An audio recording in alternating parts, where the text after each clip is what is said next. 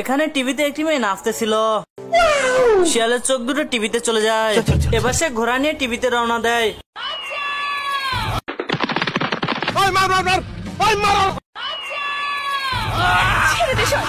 আইতাছে তোর বাপে।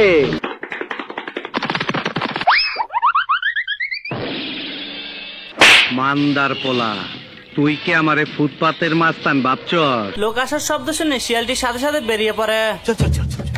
ঘোড়াটি এক দৌড়ে পাহাড়ে গা বেয়ে নামতে থাকে। এবার ঘোড়াটি দৌড়াতে থাকে, কিন্তু পিছের পা খাটো হওয়ার কারণে সে এগোতে পারে না।